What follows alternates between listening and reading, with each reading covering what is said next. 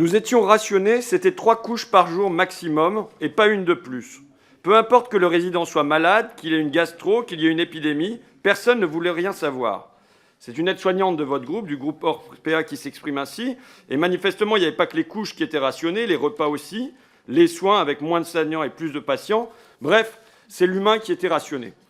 Et à chaque rationnement à un bout, pour des usagers, pour des personnes âgées, ce sont des dividendes, des bénéfices à l'Oxbow qui se chiffrent en centaines de millions d'euros avec jusqu'à 25% de marge.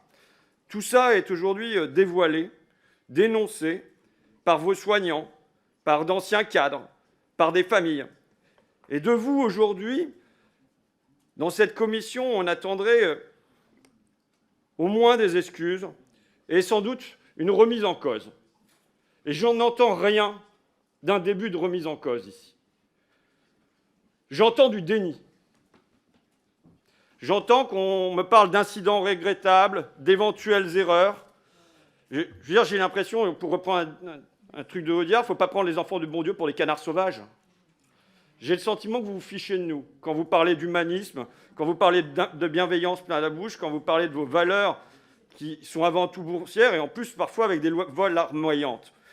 Quand vous vous planquez derrière vos salariés, à coup sûr admirable. Quand vous nous dites que ce n'est pas un système, mais bien sûr que c'est un système, alors vous pouvez dire que le système, au fond, il est celui de toutes les entreprises privées, qui est d'aller chercher de l'argent là où il se trouve pour le redistribuer à des actionnaires qui sont ceux qui vomissionnent.